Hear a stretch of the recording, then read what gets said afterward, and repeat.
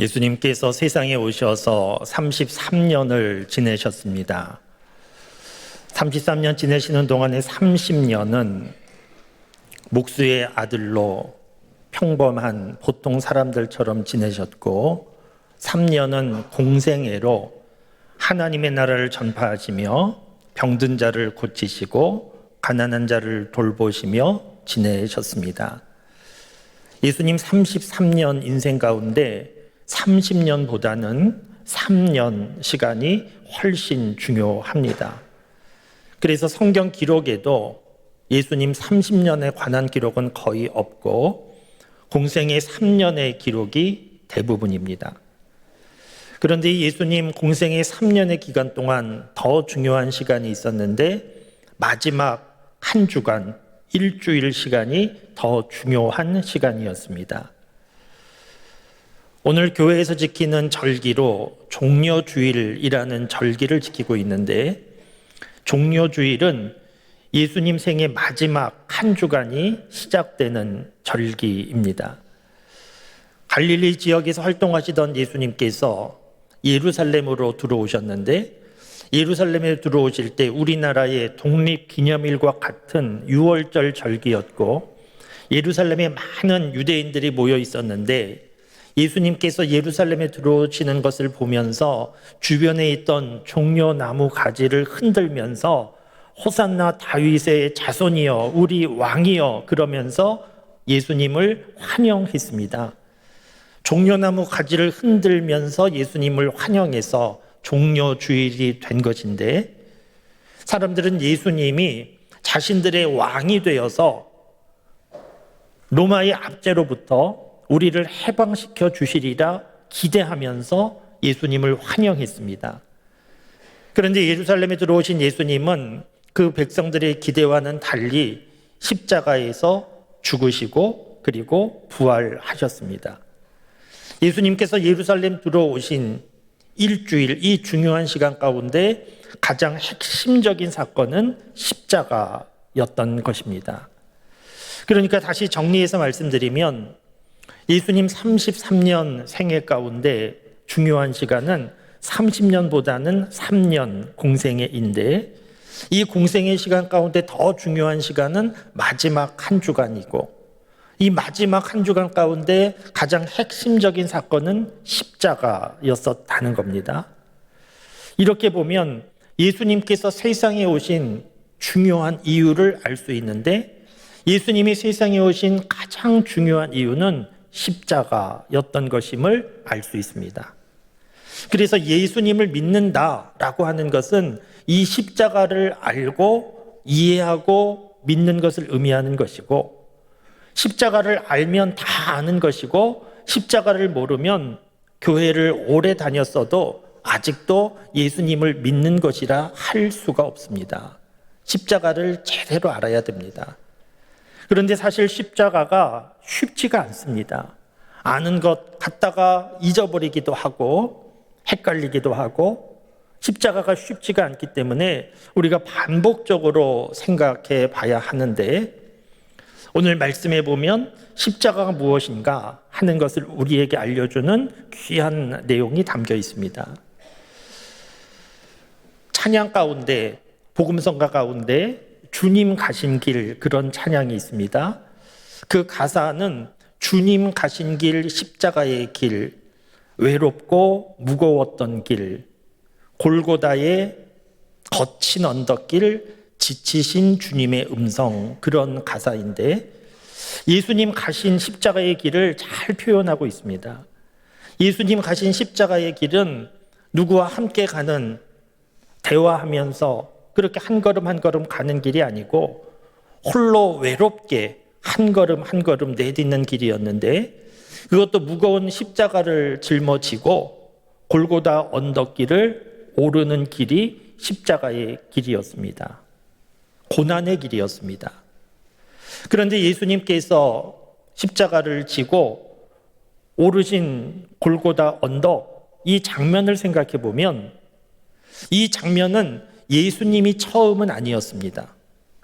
그러니까 예수님보다 앞서서 사형 선고를 받은 또 누군가가 십자가를 지고 골고다 언덕을 올랐고 예수님께서 십자가에서 죽으시기 전에 이미 사형 선고를 받은 사람들이 십자가에서 죽었습니다. 그리고 예수님 이후에도 사형 선고를 받은 사람 십자가를 지고 골고다 언덕을 올랐습니다. 그러니까 예수님 이전에도 예수님 이후에도 십자가를 지고 골고다 언덕에 올라가서 사형 집행을 당한 사람들은 많이 있었습니다. 그런데 예수님의 십자가의 길은 다른 사람들과 다른 길이었습니다. 십자가에서 죽은 모든 사람들은 자기의 죄로 인하여 죽었습니다. 죄도 보통 죄가 아니고 너무 심각한 극악한 죄여서 십자가형에 처해졌고, 아니면 로마 정부에 적극적으로 저항한 정치범들이 십자가형을 당해서 죽었는데, 예수님은 우리가 아는 대로 아주 극악한 죄를 범한 일이 없습니다. 사소한 죄도 범한 일이 없습니다. 로마 정부에 대하여 적극적으로 정치적으로 대항한 그런 분도 아닙니다. 그래서 예수님을 재판하던 재판장 빌라도도 내가 이 사람에게 죄를 찾지 못하겠다, 이 사람은 사형 선고를 내릴 그런 죄인이 아니다, 재판장도 그렇게 인정했습니다. 그러니까 예수님은 다른 사람들처럼 십자가를 지고 골고다 언덕에 가서 죽으셨지만 다른 죄인들과 달랐던 겁니다. 표면적으로 드러난 모습을 보면 유대의 종교 지도자들이 무지한 백성들을 선동해서 군중 심리를 불러일으켜서 예수를 십자가에 못 박으라고 소리 지르게 했고, 그 소리가 너무 커서 재판장인 빌라도는 정치인이기 때문에 그 사람들의 소리를 무시할 수가 없어서 예수님에게 죄가 없다는 것을 알면서도 사형 선고를 내린 잘못된 재판으로 예수님이 죽으신 겁니다. 그런데 그것이 전부가 아니었습니다. 예수님은 잘못된 사형 선고를 받고도 억울하다고 의의 제기를 하지 않으셨습니다. 예수님은 다 받아들이셨습니다. 예수님은 하나님의 아들로 놀라운 능력을 행하시는 분이었는데, 십자가는 아무것도 아닌데 십자가를 피할 수 있었는데 예수님은 그 십자가형을 그대로 다 받아들였습니다. 왜냐하면 예수님 가신 십자가의 길은 외롭고 무거운 골고다 언덕, 거친 언덕 오르는 길이었지만, 그러나 그 길에는 하나님의 뜻이 담겨 있었기 때문입니다. 십자가의 길에 담겨 있었던 하나님의 뜻이 중요한데, 그 하나님의 뜻은 무엇인가 하면 세상 모든 사람들의 죄를 용서해 주시고 구원해 주시려고 하는 하나님의 놀라운 뜻이 십자가의 길에 담겨 있었던 것입니다. 여러분 생각해 보시면 우리가 살아가는 인생 가운데 이 세상에서 여러 가지 일들을 경험하는데 사람들 나름대로 무서움을 느끼는 여러 가지 서로 다른 것들이 있을 수 있습니다. 그런데 세상에서 정말 무서운 것이 무엇일까? 제일 무서운 것이 무엇일까? 그것을 찾으면 한 가지 생각하게 되는데, 그것은 죄가 제일 무서운 겁니다. 죄가 무섭습니다. 그런데 죄가 무섭다고 하면 언뜻 이해가 잘 안 되실 수 있습니다. 보통 사람들이 생각하다가 내리는 제일 무서운 결론은 무엇인가 하면 죽음입니다. 보통 사람들은 죽음이 제일 무섭다 생각합니다. 그리고 틀리지 않습니다. 동서양이나 영화나 드라마 보면 사람을 협박할 때 하는 말이 똑같습니다. 사람을 무섭게 하려고, 협박하려고 할 때 뭐라고 하는가 하면 죽이겠다는 겁니다. 너 그러면 죽는다. 너뿐만이 아니고 너 가족도 죽인다. 이게 제일 무서운 협박입니다. 왜냐하면 죽음은 무서운 것이기 때문에 그렇습니다. 우리가 살다가 이러저런 병 걸리기도 하는데, 심각한 병 걸리면 사람들은 두려워하고 무서워합니다. 왜 그러냐 하면 심각한 병 걸리면 죽을 확률이 그만큼 높아지기 때문입니다. 사람들이 제일 두려워하는 것 생각해 보면 죽음이라는 것을 알 수 있습니다. 그런데 제가 말씀드릴 때 세상에서 가장 무서운 것은 죄라고 말씀드린 이유는, 사람들이 무서워하는 죽음, 이 죽음이 일어나는 원인이 죄이기 때문입니다. 병원 장례식장에 가보면 여러 빈소들이 있지 않습니까? 그 빈소마다 여러 가지 이유로 죽은 분들이 있는데 어떤 빈소는 병으로 죽은 분이 있고 또 어떤 빈소에 가면 교통사고나 다른 사고로 죽은 분이 있고 또 어떤 빈소에 가면 나이가 많이 들어서 연세가 많으셔서 죽은 그런 분들 죽음이 있습니다. 사람들은 병들어서 죽었다, 사고로 죽었다, 나이가 많아서 죽었다 이렇게 말합니다. 그런데 이 말 조금 문제가 있습니다.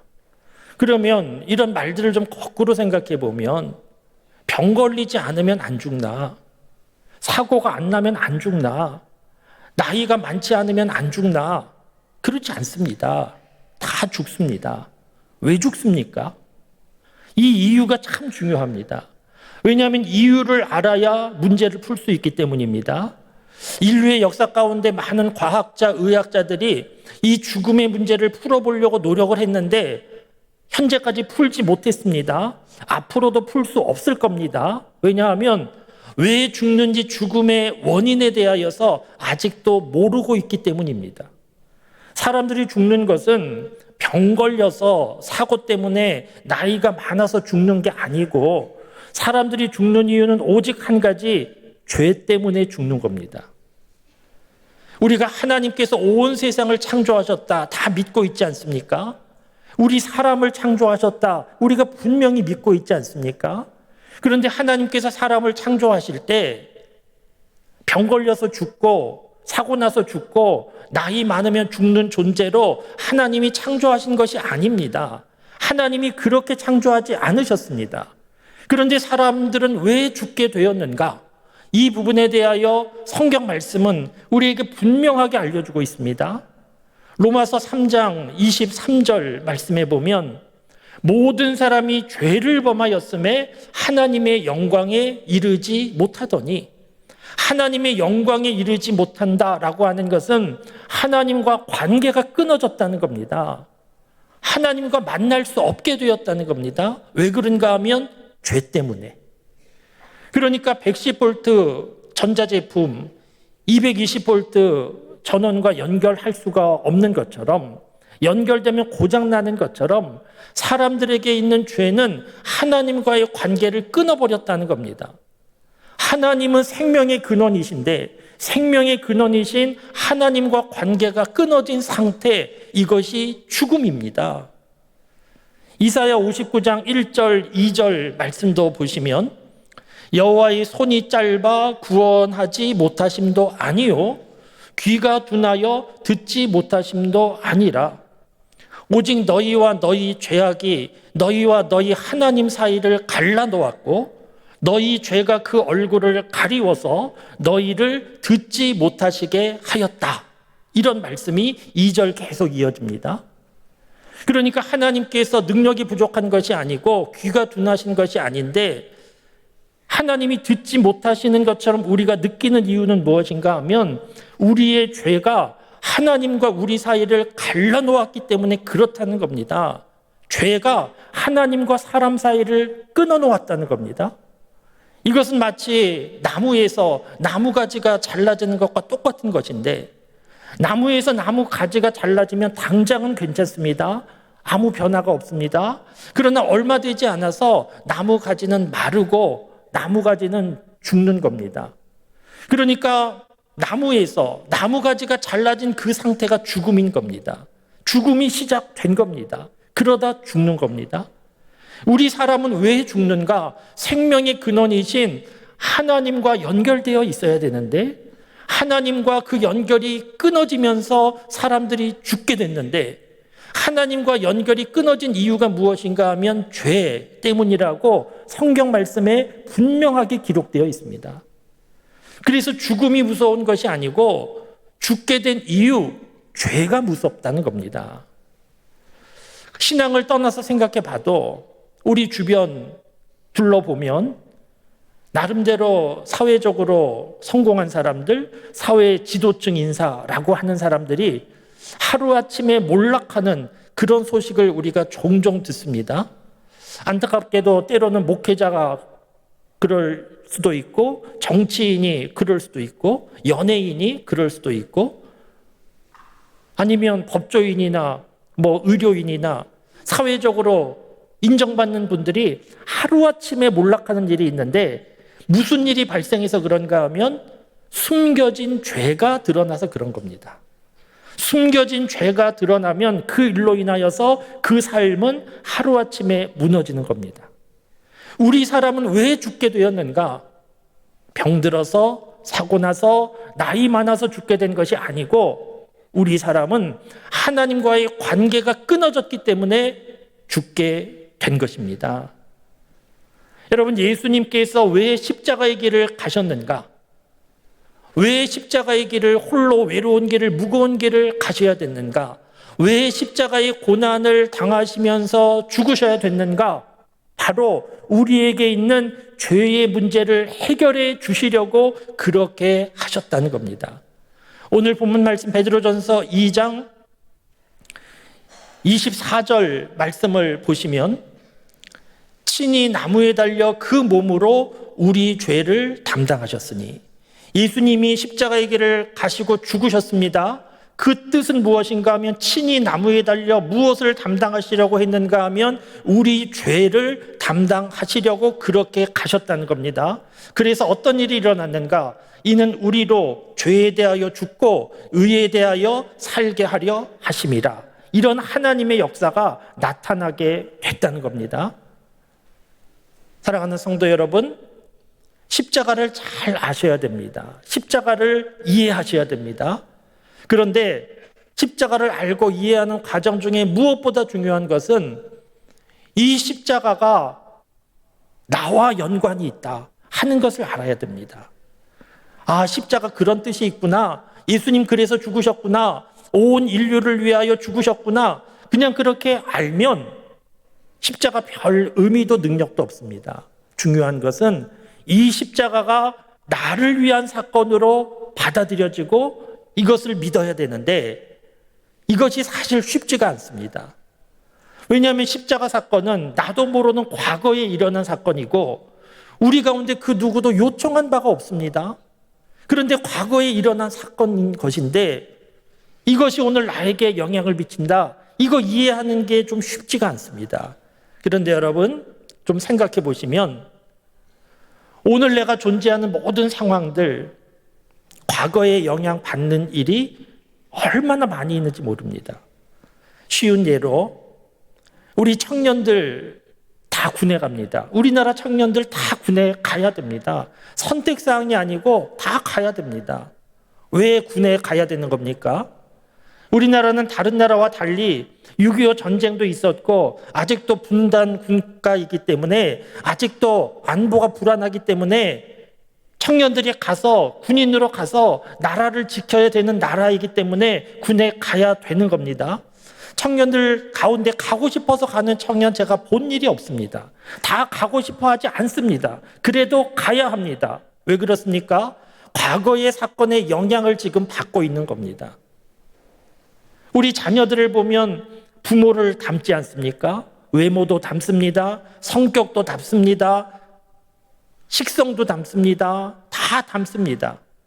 그런데 부모로만 닮는 것이 아니고 그 전에 있었던 모든 그 조상들로부터도 계속 영향을 받고 있는 겁니다.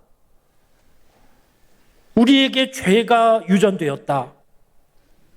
내가 선택한 게 아닙니다.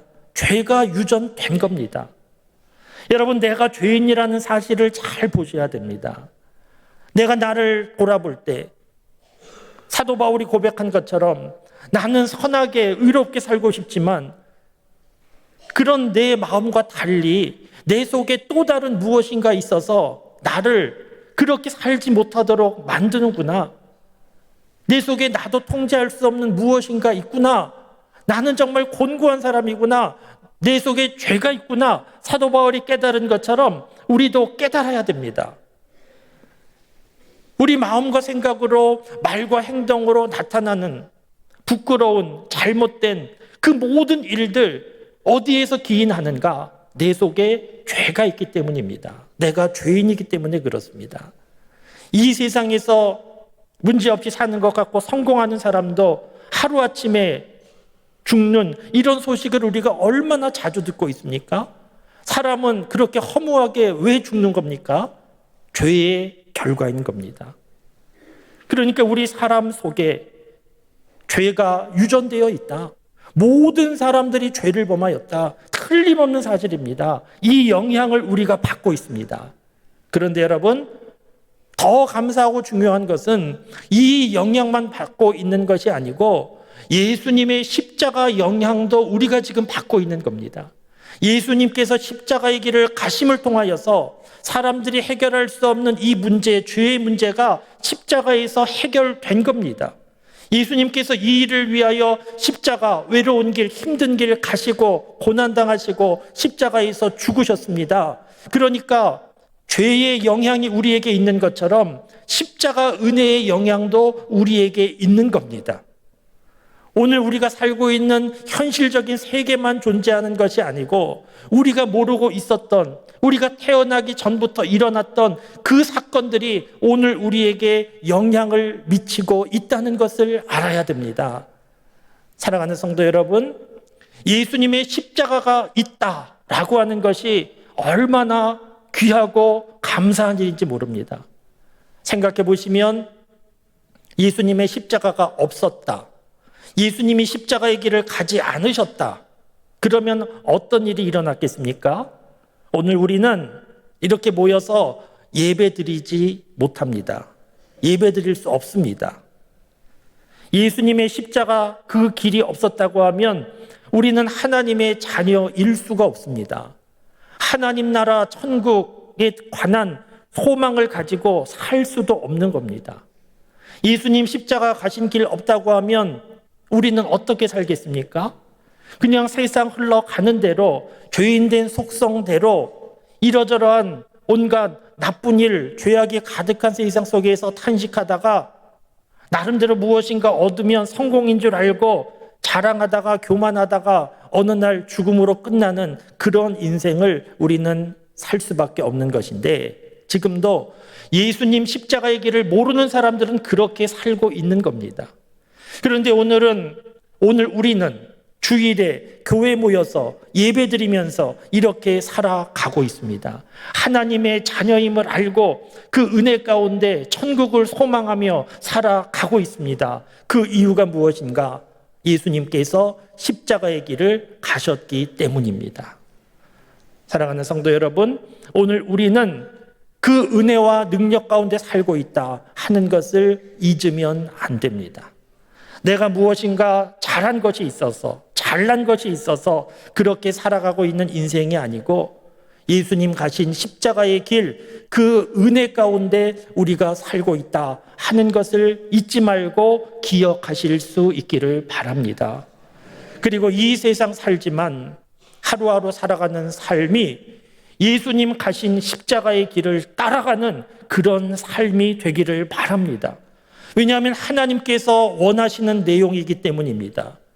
오늘 본문 말씀 21절 말씀을 보시면 이를 위하여 너희가 부르심을 받았으니 그리스도도 너희를 위하여 고난을 받으사, 여기에서 끝난 것이 아니고 너희에게 본을 끼쳐 그 자취를 따라오게 하려 하셨느니라. 말씀이 이렇게 끝납니다. 예수님께서 왜 십자가의 길을 가셨는가? 우리에게 십자가의 길을 보여주신 이유는 무엇인가? 우리로 하여금 십자가의 길 구경하라고 그 길을 가신 것이 아니고 이제는 십자가의 길을 믿고 따라오도록 우리를 부르셨다는 겁니다. 십자가의 길, 그 길이 생명의 길이고 그 길이 진리의 길이고 그 길이 영광의 길입니다. 예수님 가신 십자가의 길, 그 은혜가 우리에게 있음을 분명히 알고 믿고 감사하고 주님 가신 그 십자가의 길을 따라가는 우리 모두가 될 수 있기를 주님의 이름으로 축원합니다.